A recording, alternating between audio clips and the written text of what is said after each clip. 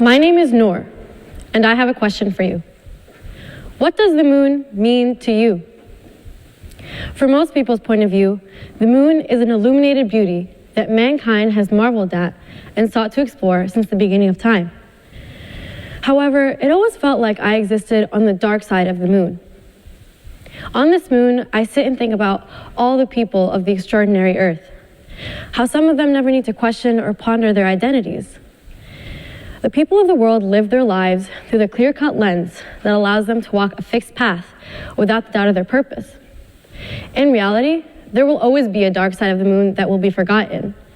It may be considered mysterious or dangerous, but I constantly feel like no matter how much time passes or how many feeble attempts I make, I can't escape this darkness of unsureness.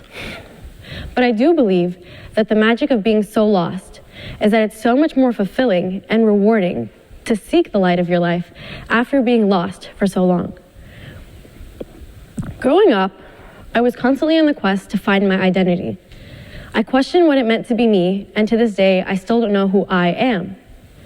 Is it my nationality or religion? Is it my gender or sexuality? Is it what I don't consciously do that other people see and decide for me? These aspects may be obvious for some people, but for me, it was difficult finding a genuine relationship with them. Being a first-generation American, I struggled with finding a balance between the culture of my parents' homeland of Egypt and my birthplace of the US. In my religion, it always felt like I was missing that spiritual connection with God that seemed so crucial to my being. This feeling of isolation from what is generally considered aspects of a person's identity made me feel in the dark about myself. I questioned why I even existed. Ultimately, it made me pretty depressed and anxious. My feelings of helplessness manifested itself in times of distress, having breakdown after breakdown, wanting to be but not fully aware of what being really is. What did I have within me that I could depend upon and express to the world around me? So, I was on a quest to find my identity. I needed to fill the void and force myself to become something solid. I took up drawing, and I really didn't like it. But I saw all around me girls were being told they were quirky and talented, and I wanted to be known for something too. I told myself to be distant and mean because at least then people would be like, hey, there's that one girl who's always mean, and I'd be a character with a defining trait, and I wouldn't feel lost anymore. At least then, I'd be able to fit into a box. It wasn't until recently that I realized how truly unoriginal my life had been to that point. Since I was born, literally, my whole struggle with identity was in a way exacerbated by constant comparison to my twin brother. And I kind of get it. Growing up in the same environment and starting on the same playing field meant that we were both equally destined for the same great path. This is a problem, however, when one of us has the appearance of being more successful and happy. One such way that I noticed this growing up is our different experiences with friendship. Since we were little, and even as we are 16-year-olds now, my brother has always had a group of friends that he constantly kept in contact with and never thought twice about. While I, on the other hand, struggling with who I was, found it so hard to be around people when our relationships would be so complicated. I seemed to have a new friend group every other month, seeking some ambiguous sentiment of having friends just like me, despite not even knowing who I was. And it made me frustrated. I vividly remember my brother's friends texting, hanging out, and becoming closer, while I asked myself where my happiness and place of belonging was. My twin very clearly expresses to other people what kind of person he is. If you know him, you know he's a very hard-headed person who can sometimes come off as stubborn. I, on the other hand, am confused, lost, and somewhat of an ongoing existential crisis. We literally share the same DNA, so why couldn't I just figure myself and my life? You know, when I think of my twin, I tend to think that the appearance one of us has of success and happiness, it becomes the standard of what the other should become, despite our different experiences and interests. Think about it. Throughout our childhood and even through our adolescence, we've been told that we are each unique and special in our own ways that shouldn't depend on our appearance. I believe the pinnacle of human existence is a seemingly eternal struggle with the idea of fitting in. And in self-realization and self-expectations, we seem to express our supposed flaws instead of our worth. Another shortcoming of being human is our inherent vulnerability to being copycats.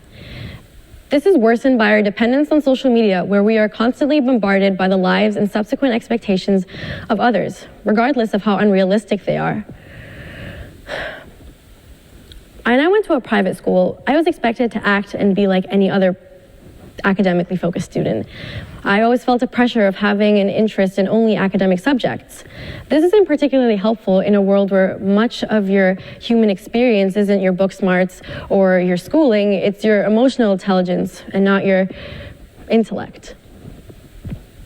Unfortunately, we young people aren't seen as the best people to be making decisions.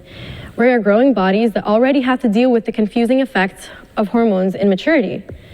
We young people are known for having overwhelming amounts of anxiety.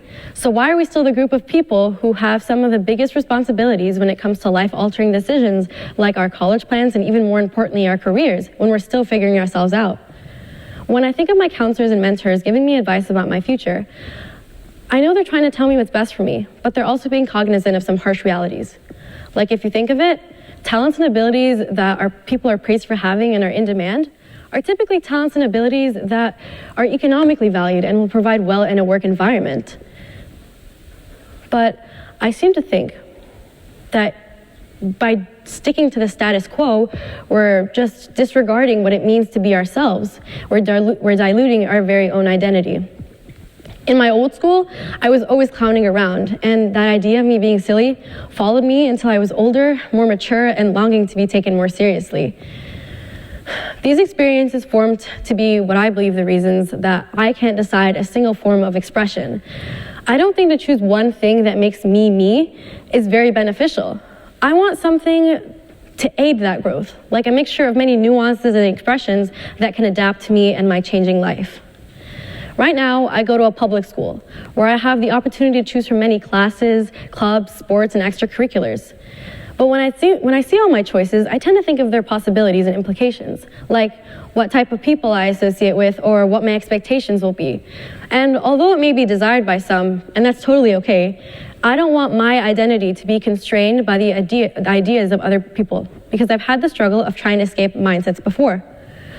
Now, when I say I feel like I exist on the dark side of the moon, I don't think it's a completely horrible experience, even if in the day-to-day moments it seems like such.